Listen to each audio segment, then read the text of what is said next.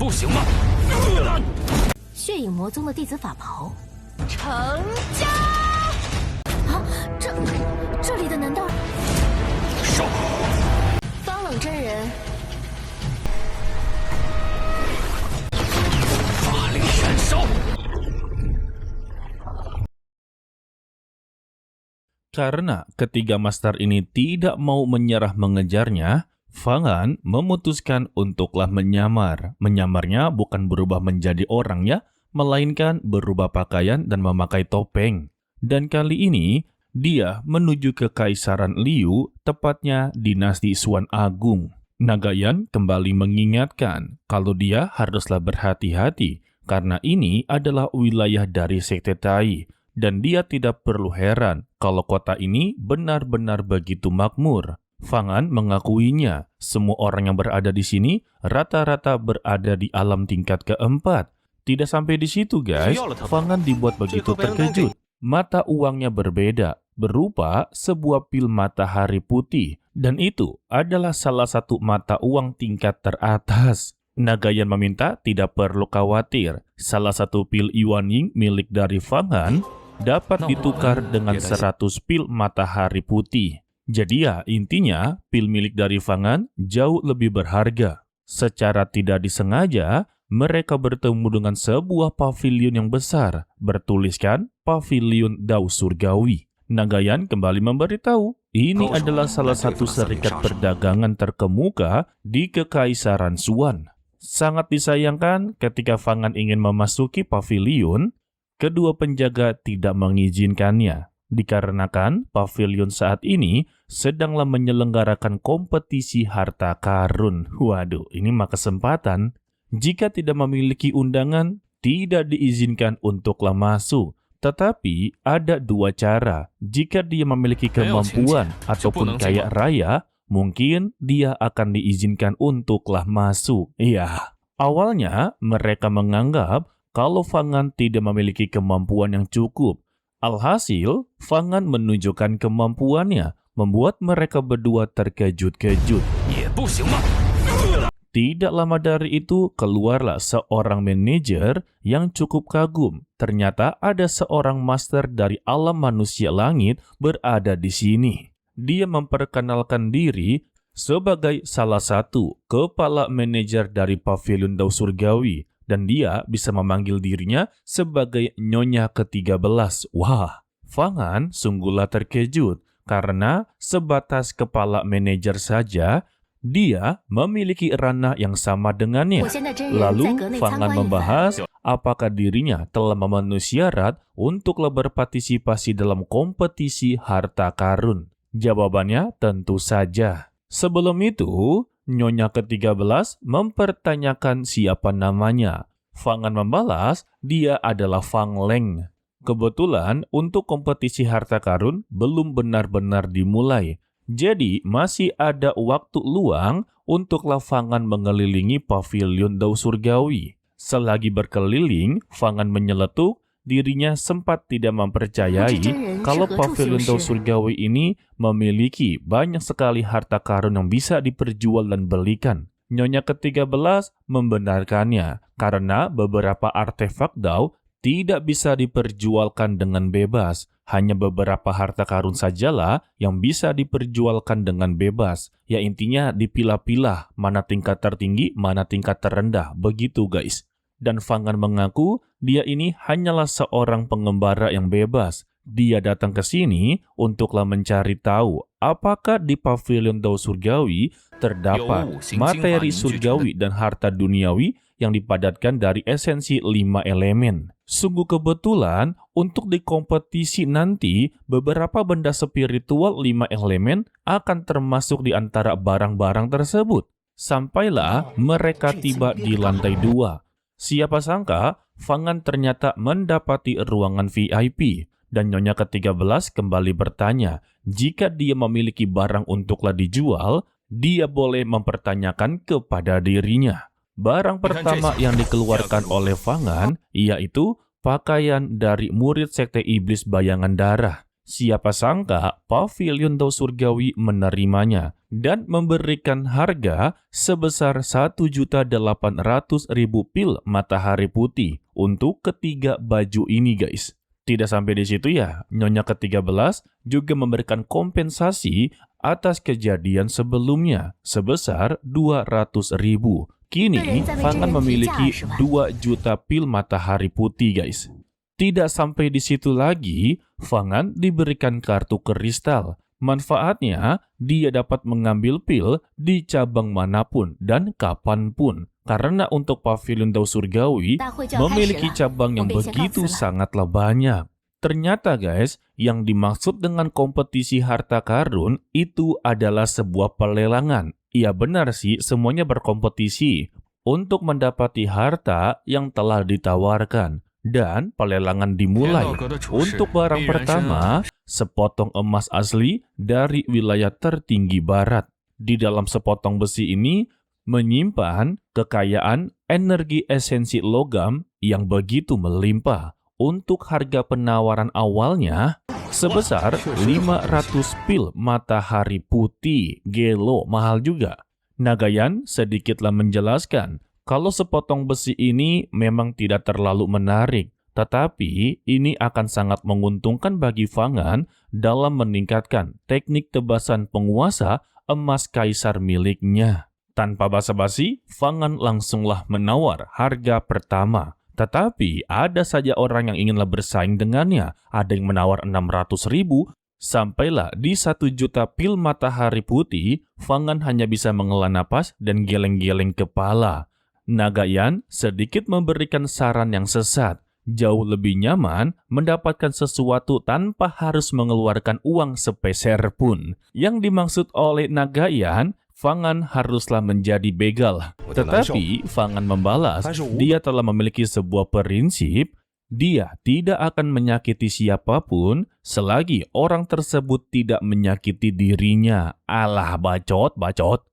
Lalu untuk barang keduanya adalah pohon ilahi yang tidak dikenal. Seketika Nagayan langsunglah bangkit berdiri karena ini adalah pohon dunia. Nagayan meminta kepada Fangan, sekalipun itu mengorbankan nyawanya, dia haruslah mendapatkan barang satu ini. Siapa sangka untuk harga awalannya ternyata sangatlah murah, 100.000 pil matahari putih. Tanpa basa-basi, Fangan menaruh harga 200.000. Tetapi lagi dan lagi ada saja orang yang ingin bersaing dengannya. Menaruh harga 1 juta guys. Gelo. Alhasil terjadinya persaingan harga. Sampailah Fangan menawar sebesar 3 juta pil matahari putih. Dengan akhiran, barang kedua berhasil dimenangkan oleh Fangan. 300万，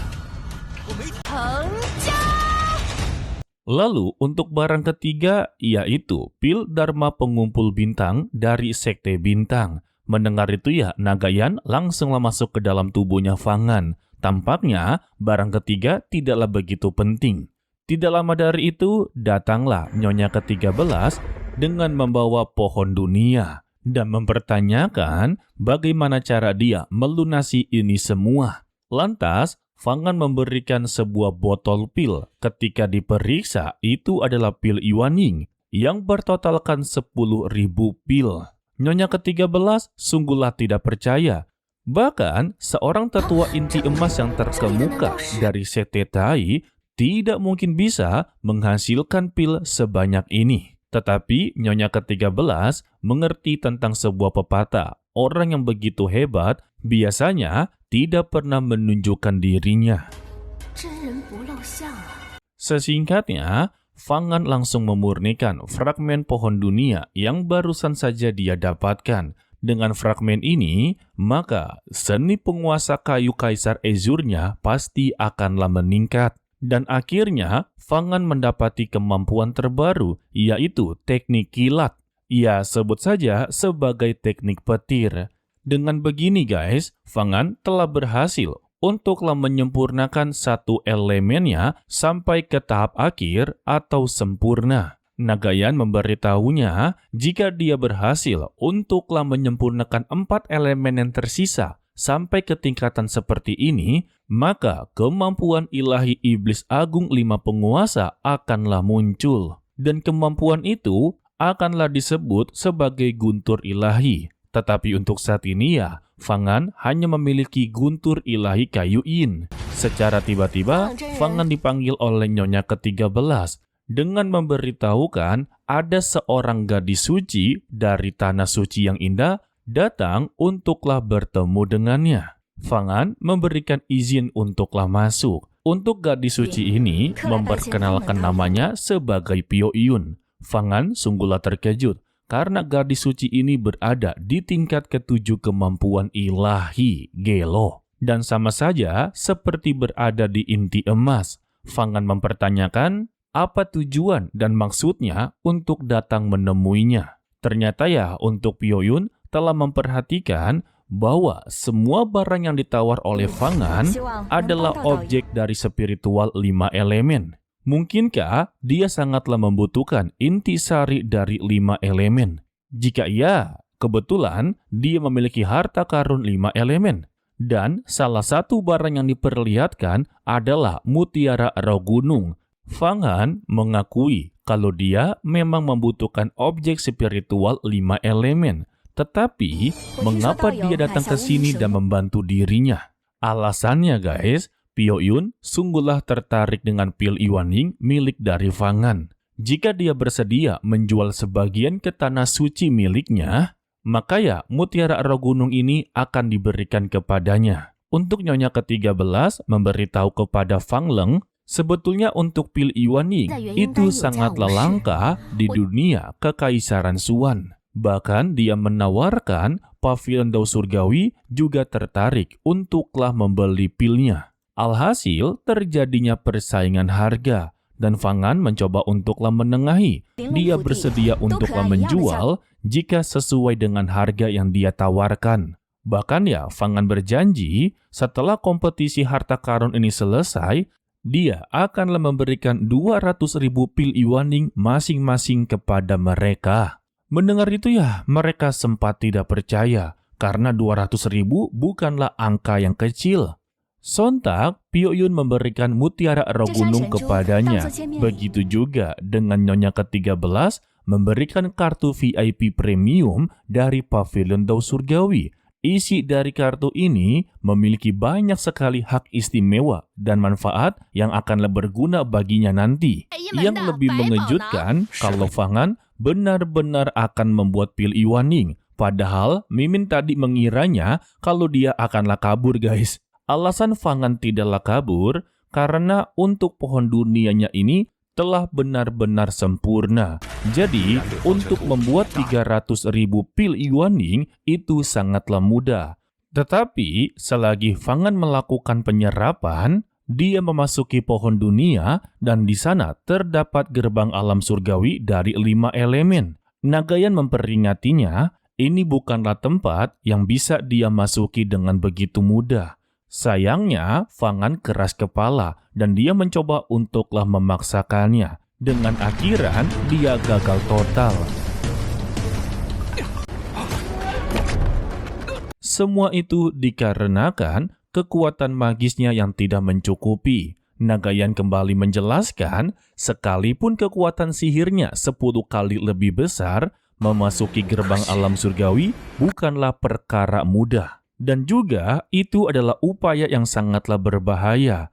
Jadi ya, jangan kembali melakukannya. Jika tidak, beresiko paling terbesar, dia akanlah mengalami kematian dan kehancuran jiwanya sendiri. Dan secara tiba-tiba, Fangan dan Nagayan merasakan aura yang begitu besar. Itu berasal dari barang yang sedanglah dilelang, yang tak lain telur kunpeng kuno. Dan kita bersambung untuklah di episode 18 kali ini. Ya, untuk episode kali ini hanyalah diperlihatkan pelelangan dan betapa kayanya Fangan setelah mengetahui kalau pil Iwaning jauh lebih berharga dari pil matahari putih guys. Oke lah, sepertinya cukup sampai di sini saja dulu untuklah video kali ini. Mimin ucapkan terima kasih kepada kalian yang telah menonton sampai akhir. Pesan dari Mimin, tetaplah menjadi orang yang baik, walaupun itu sangatlah sulit. To be continue, sampai jumpa di video berikutnya. Bye-bye. 成